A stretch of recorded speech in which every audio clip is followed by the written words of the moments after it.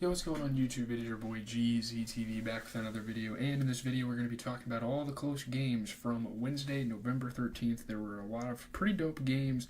Tomorrow there's only one game. I think that's interesting, so that'll make or break if we have a video tomorrow.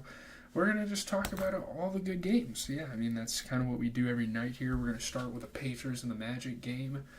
It's very late to be shooting this video, but Franz Wagner scores 29 points. The Magic beat the Pacers by 4. They improved to 6-0 at home. They are 6-0 at home, 1-6 on the road. It'd be nice to see the Magic, excel a little more when they're on the road, but hey, they play good at home. Franz Wagner, great scoring. Jalen Suggs had 2 free throws with 9.8 seconds left, and the Magic win, remaining unbeaten at home. Tyrese Halliburton was getting the Pacers started off well with some really good facilitating, but he didn't really do too much after. Jonathan Isaac played really well in the defensive end. This was a somewhat fun game. Franz Wagner on the offensive end hitting tough shots. Tyrese Halliburton was getting to the rim. I don't know. Tyrese could definitely play better, though. I'm not going to say he played terrible. I don't know what's going on here. But looking at things, Pascal Siakam had 25 points. He shot 67% from 3. You get a 23-point, 12-rebound for performance for Benedict Mathurin. He's been playing pretty good. But you'd like to see a guy like Ben Shepherd play a little better. And you have Johnny Furphy off the bench who could easily get minutes over him. So, yeah, the Pacers are going to have to kind of figure out some things. I don't know who their normal guard would be. They have Ben Shepherd. I guess Nembhard would normally be there. I don't know what's going on with their team. That's a very weird situation. I don't know why my ESPN looks like this, but looking at the Orlando Magic, Franz Wagner puts up 29 points. You get 12 points, 12 rebounds for Goga Bitadze. Pretty solid games for those two there, and Goga Bitadze being a really good step in for Wendell Carter. Moving on to the Bulls and Knicks game. Just kind of taking a look here. What the fuck is going on? Looking at the Bulls and the Knicks, Zach LaVine scores 31 points. Kobe White hits the winning free throws. The Bulls outlast the Knicks by 1. Again, Zach LaVine and Kobe White doing really well in the scoring end tonight for the Chicago Bulls. Pretty nice win for them to get. The winning free throws with 3 seconds left goes to Kobe White. I don't know why they said Kobe in the ESPN article, but there you have it. They win by a point. Jalen Brunson almost had a game winner, but it just kind of rattled out of the rim. That was kind of tough. There's a whole situation with Anne Hathaway and OG Anunoby. That was kind of funny. No one's talking about this, but Cat has been fucking insane for the Knicks. It obviously hasn't yielded great results because they're not really playing that well right now. But my goodness, he's been fucking insane this season. But this was a fun game. Brunson having some nice buckets here and there. Dude, I'm telling you, no one is talking. How did Karl Anthony Towns put up 46 points tonight and no one is talking about it?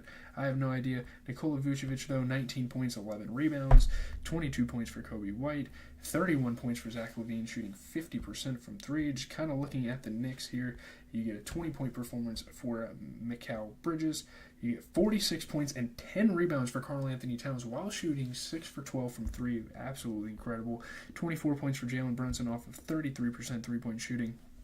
You'd love to see a guy like Josh Hart score a little more, and obviously they have guys like Cam Payne that are kind of coming off the bench and helping him out, but yeah, I don't know. Kind of moving on to the next game, we have the Cavaliers and the 76ers.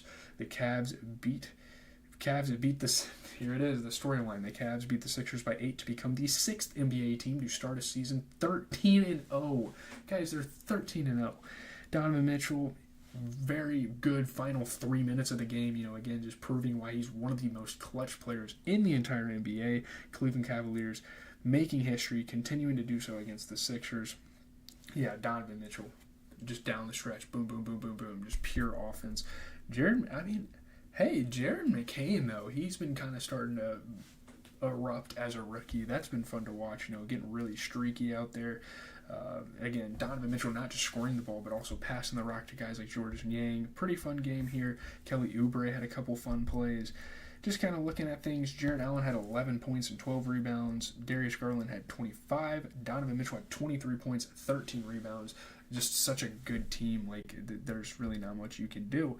Looking at the 76ers. You get a 20-point performance for Kelly Oubre off of 40% three-point shooting. Jared McCain had 34 points and 10 assists. Why is no one talking about that? Maybe I'm not looking into the headlines too much, but what the fuck? No one is talking about this. Kyle Lowry could have played way better, and they have so many guys off the bench like Ricky Council, KJ Martin, Reggie Jackson, Eric Gordon.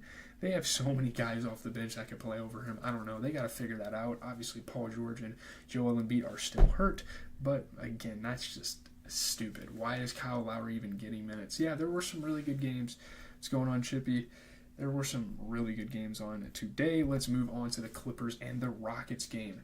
Jalen Green scores 21 points in the Rockets' 8-point victory over the Clippers. Shout out to the Rockets. The Rockets have actually been playing pretty well, kind of going under the radar. Yeah, obviously great scoring for Jalen Green and getting some complimentary pieces out of Amin Thompson and Terry Eason. So it's fun. A 2-game set. This is kind of the opener of that, so we'll see what happens next game. The Clippers have had a pretty decent season, so they'll probably bounce back, I'm sure. Terry Eason, though, getting past defenders, getting to the rim. Alperen Sengun playing defense. Really dope game. Terry Eason got to the rack. So did Alperen Sengun. I don't know why I called it the rack. Whatever. I sound like a fucking old head. I'm not going to lie, the Clippers played like shit this game. Like, this was probably the worst game they've had all season, like, especially a guy like Ivica Zubac, who's been such a big scoring option, and they're trying to kind of experiment with throwing Terrence Mann off the bench, and maybe he plays better off the bench. I don't know. You have guys like him. You have guys like Jordan Miller that are kind of coming off of, I don't know. It's a weird situation for the Clippers. I don't really even care to talk about them right now. They did not play good basketball at all. I didn't really see a positive out of that. Looking at the Rockets, though, 13 points, 11 rebounds for Alperen Sengun. He shot 50% from 3. You get the 21-point performance for Jalen Green, 18 points and 10 rebounds off the bench for Terry Eason, as well as 18 points and 11 rebounds for Amin Thompson. Made both of his threes, shot 67%. Holy shit. Good to see the young core kind of playing well. Moving on, we have, I don't know how many more games left, but let's talk about the Pistons and the Bucks. This is the first of 2 absolutely insane performances we see from these guys in the thumbnail right here. Giannis Antetokounmpo scores 59, and the Bucks beat the Pistons by 7 in overtime. And the fact that Giannis has to score nearly 60 points to beat the Pistons by single digits, that is concerning to me. Again, Giannis Antetokounmpo, insane scoring night, paces the Bucks ahead, overtime victory, and yeah, that is a thing too. They went to fucking overtime against the Pistons.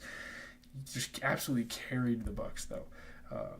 Isaiah Stewart got ejected. We've known him to have kind of a history with like the refs and going after LeBron and doing all sorts of wild shit. So that's no surprise there.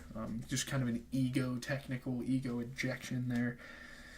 22 of the Bucks' 24 first quarter points went to Giannis. This was absolutely insane. What a game, though. Giannis not just scoring the ball, playing really well on both sides of the ball, getting up for blocks, just using his size.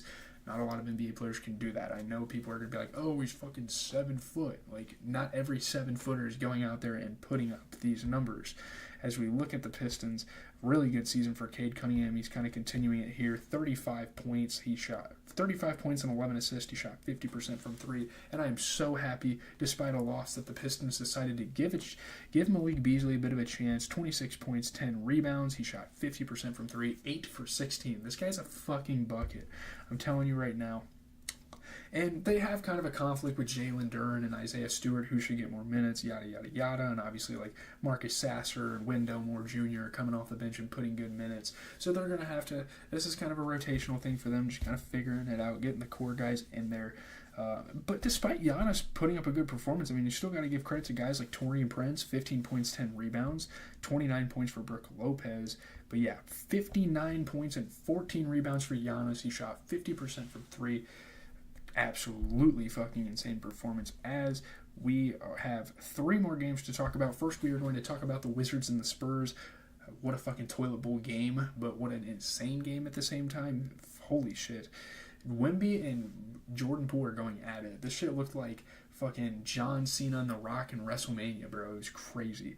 Victor Wembanyama has a career-high 50 points and 8 3-pointers to help the Spurs beat the Wizards by 9. But again, it's like, this is what you have to do to beat a shitty team like this. Again, this is easily Victor Wembanyama's best game of his career. He's had all sorts of absurd stat lines, but the 50-piece, who would have ever imagined him to put up a 50-point game? I honestly never would have, because he doesn't seem the type of guy. I'm not hating on him at all. I actually really like Wembanyama. He's one of my favorite players in the NBA right now. I wouldn't have expected him to be a durable scoring option like this, but he fucking was, and he proved me wrong. I rolled over him. They won the game. Fucking insane. What an insane game for Wemby, knocking down shots left and right. Again, Jordan Poole had a great scoring effort, and I want to give him some praise because he's had a couple of inconsistent stretches recently, but it's nice to see him have a good game there. Really good game. I mean, Chris Paul was hitting a couple of shots here and there to kind of help out. Yeah. But looking at the Wizards, 42 points for Jordan Poole, and not just any 42-point game. I mean, he shot 6 for 9 from 3, shot over 50% from the field, very efficient stuff.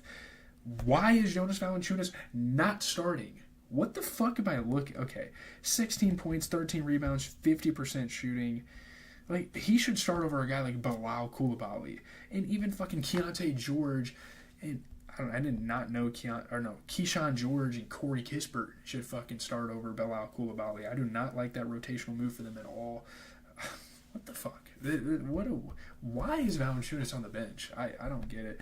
Looking at the Spurs, though, 50 points for Wembanyama. He shot 8 for 16 for 3. That is absolutely fucking insane, and he's really all the Spurs needed to win the basketball game. 2 more games, starting off with the Grizzlies and the Lakers. My goodness, LeBron James has his 3rd straight triple-double. The Lakers rally for a 5-point victory over the Grizzlies.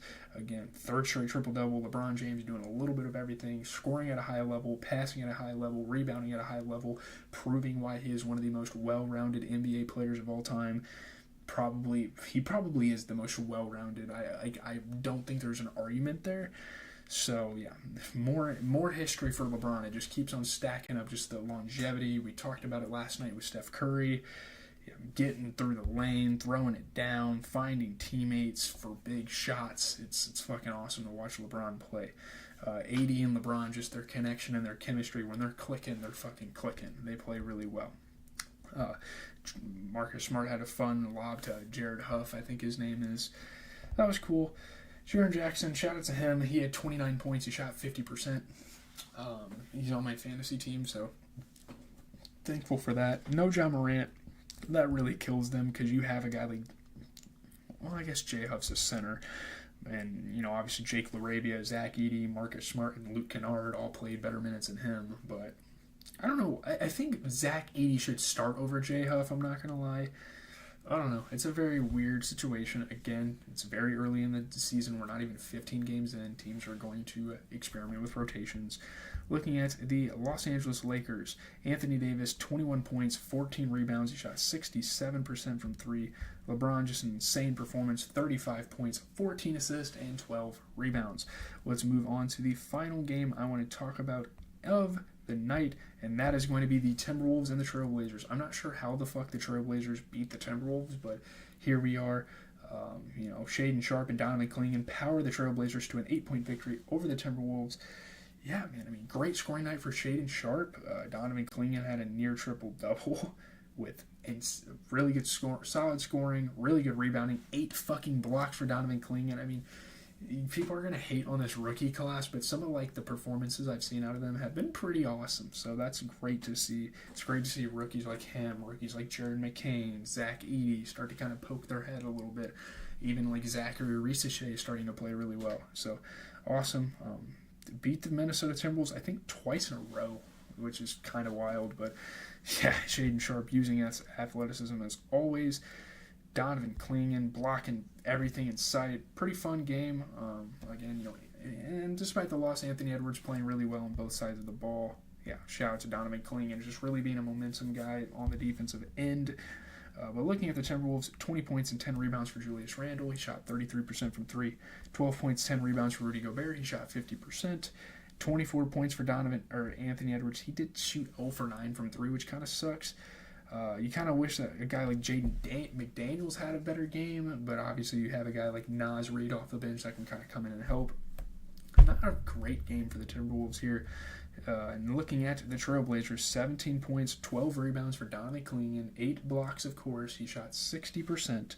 You get 33 points for Shaedon Sharpe. He shot 30%. So there you have it for the night. Just kind of, I'm not really excited for Mavs Jazz. I'm going to be honest. We're going to see what happens, but I'm probably not even going to be watching basketball that much tomorrow anyway. So leave a like, comment, subscribe. I'm out, guys.